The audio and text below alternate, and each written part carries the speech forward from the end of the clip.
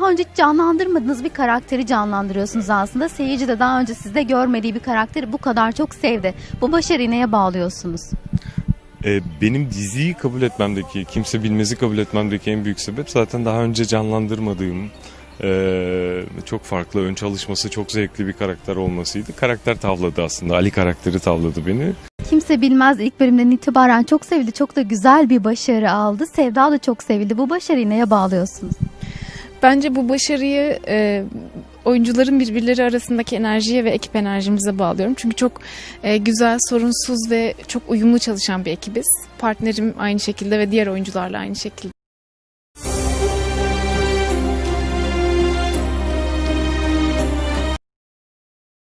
Sizi ekranlarda görmeye başladığımız ilk günden itibaren seyirci sizi bebek yüzlü olarak tanıdı ama Ali birazcık daha soğuk duran bir karakter. Evet. Bu geçişi nasıl sağlıyorsunuz? Bir karakterin, canlandıracağınız karakterin içindeki kendi kişilik özelliklerinizi koyduğunuz zaman çok daha güzel, çok daha doğru, çok daha gerçek oluyor. Ali'yi canlandırırken de yaptığım şey bu aslında.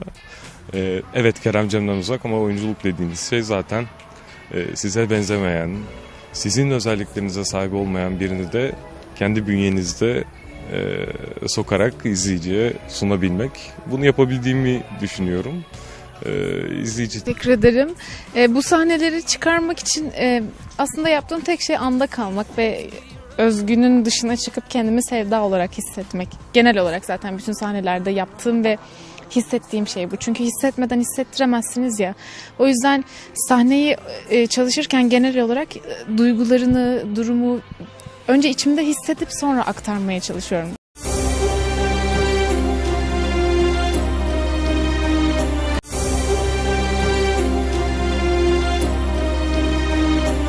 Tepkiler alıyorum çünkü dediğin gibi Kerem'le o kadar iyi anlaştık ki insanlar böyle ay Sevda ben sana çok üzülüyorum işte ne zaman Ali ile birbirinize açılacaksınız filan böyle işte teyzelerden sonra küçük kardeşlerimden filan böyle çok tatlı tepkilerle karşılaşıyorum. Bana hocam demeye başladılar tabii. Hocam, Ali hocam diye gelmeye başladılar. Bu hoşuma gidiyor. Dizinin ne kadar başarılı olduğunu gösteriyor tabii ki. Sahiplenmemi kolaylaştırıyor dizide canlandırdığım karakteri. Özgü ile çok tatlı bir uyumumuz var. Evet, ekranda da bunu görebiliyorum.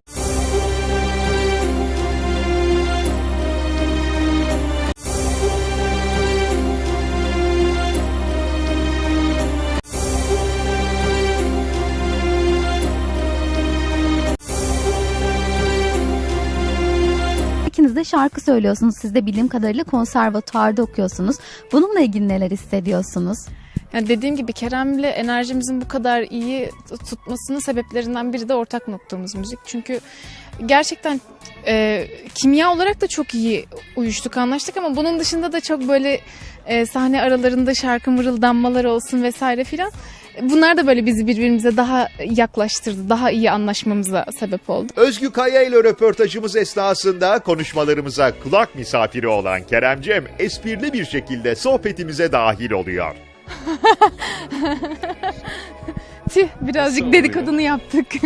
Allah işte sette şarkı söylüyoruz filan dedi galiba. Sette şarkı filan söylemiyor.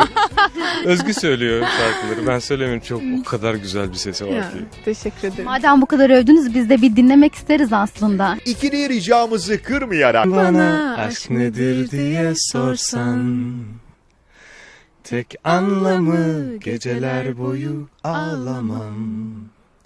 Üstüm başım sevda içinde, yakalandım bitap içinde, ellerimde kadife kelepçe. Veda değil ki bu Yolun sonu uçurumlar, kolay değil ki bu. dolunca gözlere yaşlar. Zaman gelince nafile, dersin bir küçük elveda. Veda değil mi bu?